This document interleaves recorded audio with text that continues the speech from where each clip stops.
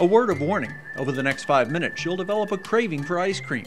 That's because we're visiting the shop of Kevin and Lucia Barnes, Asheville's ultimate ice cream. Each day they offer over 30 flavors. Our menu changes every day. We have about a third of our ice cream that stays the same, and the rest is just up to change what we have available to us from the market, what season it is, things like that. More than just strawberry, vanilla, and chocolate, here they create unique flavors by using local ingredients. It makes a difference in the flavor of the product, how we feel about producing it, being part of the community, and then how folks feel when they come in here. I don't think that Asheville is that unique. I think that there's a revival of that all around, where people really want the artisan products, that they really want to support their local community. I think that there's a lot of folks out there doing a lot of different things with ice cream, and I think it's a whole lot of fun.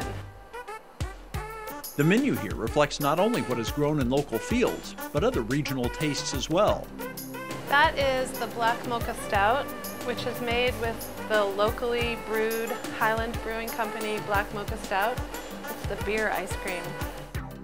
When the Barnes claimed ownership of this shop in 2005, crafting ice cream from local ingredients was not that common.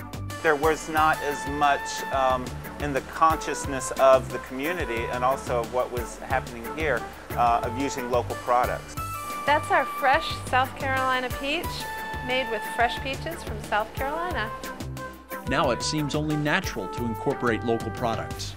It broadens our community, and then we can create these amazing flavors of ice cream. We have relationships with local beekeepers, local farmers, local meat producers for our bacon ice cream. That's made with hickory nut gap bacon, and we candy it in brown sugar, chop it up real fine, and put it in a maple-based ice cream.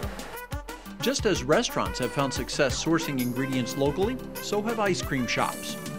I think that people, when they learn about us, they want to try these different flavors. So I think it really does help us stand apart.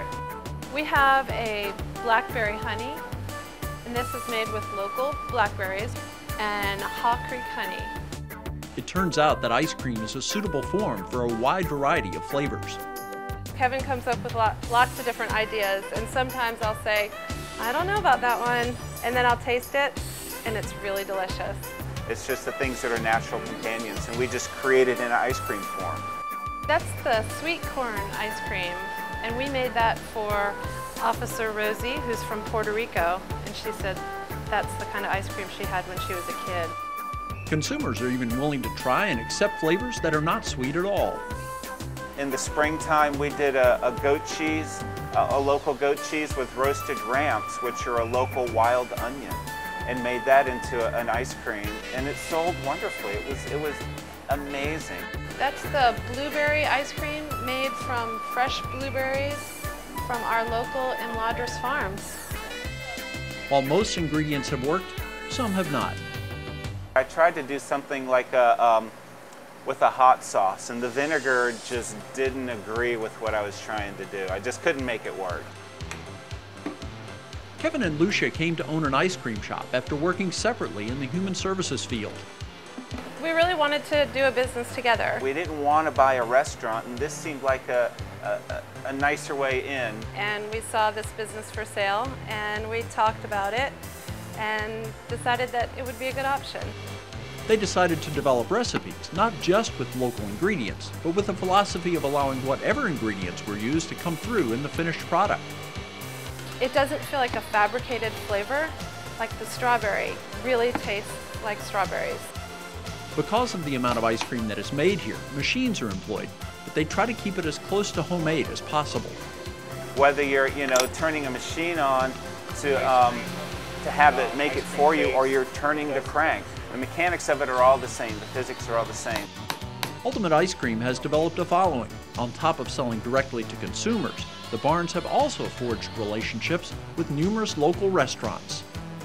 It does a lot for us. A lot of the restaurants, they will put Ultimate Ice Cream on their menu.